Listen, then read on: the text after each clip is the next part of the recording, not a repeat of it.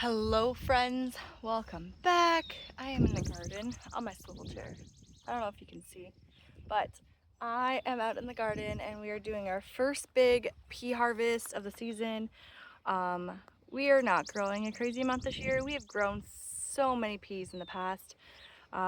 These are shelling peas. I believe these ones are called Little Marvel shelling peas. They're my favorite variety to grow for shelling peas.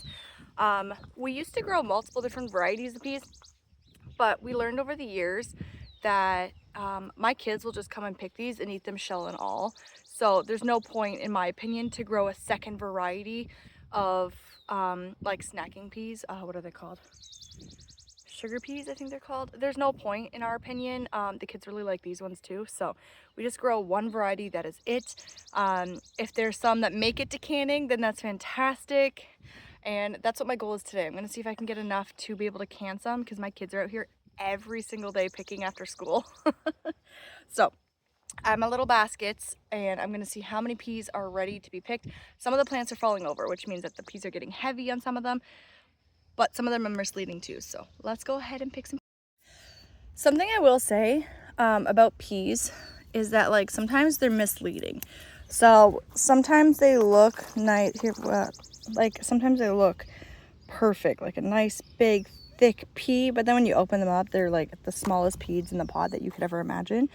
And it's so funny, like there's not the best way to gauge it, which is so funny to me. But I will say sometimes if you can get like the right lighting, I don't know if I can right now, but like you can see through them sometimes, so then you can get like a general idea if they're good size. Like this pod is not very big, but those peas look bigger, so sometimes it's very misleading. Sometimes the bigger pods don't necessarily have bigger peas.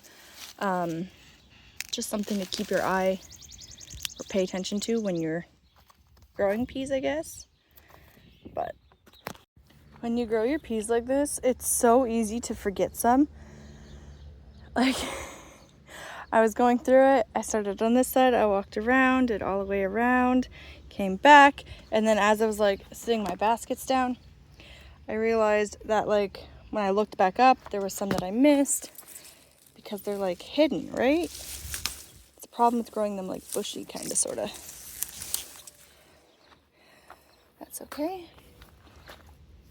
And like I said, every day when the kids get home from school, they come straight here and they always grab a handful. It's actually hilarious. But they're all starting to lean and they're all starting to like slowly die at the bottom. So I think I have enough picked right now that were like really heavy. I hope so. Like they're all starting to like really droop. They should not droop this much, but we had some really bad windstorms too, so that did not help at all. But anyway, see what I mean? The more you look, the more you find. Like, how did I miss that big ass one?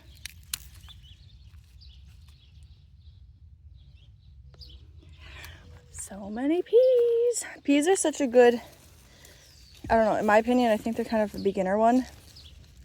If you eat peas, don't get me wrong. If you don't eat peas, don't grow peas. I'm a firm believer, don't grow anything if you don't eat it, because then it's just a waste of, you know, space, time, energy that you could use to grow something that your family actually eats. But our family loves peas. Okay, so I ended up with 1, 2, 3, 4, 5, 6 quart baskets. Don't get me wrong, once I shell these bad boys, it's definitely not gonna be 6 quarts worth, not even close. But that's okay. I'm gonna see if I can show you a pea in the sun so you can see the inside. Some people refer to it as the pea ultrasound. I don't know if you can tell. The sun's making my camera really hard to see. So hopefully.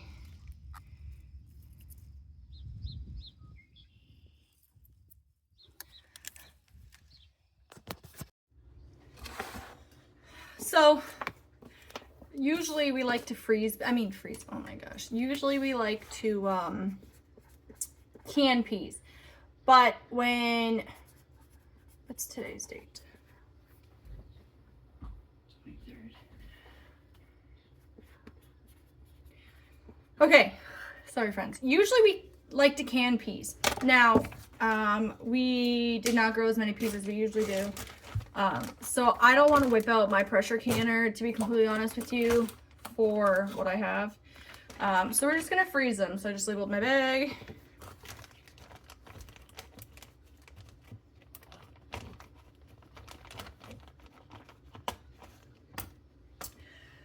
We're just gonna shell.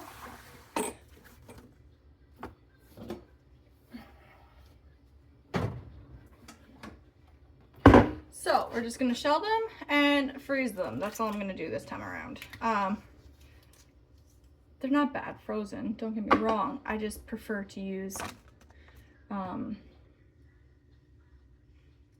prefer to can a lot of things. I prefer not to have to rely on my freezers personally.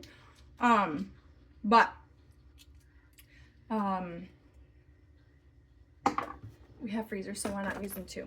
So I'm gonna go ahead and just get all these shelled. That was a good example to show you, because like the pod itself was huge, but the peas inside were not. Crazy.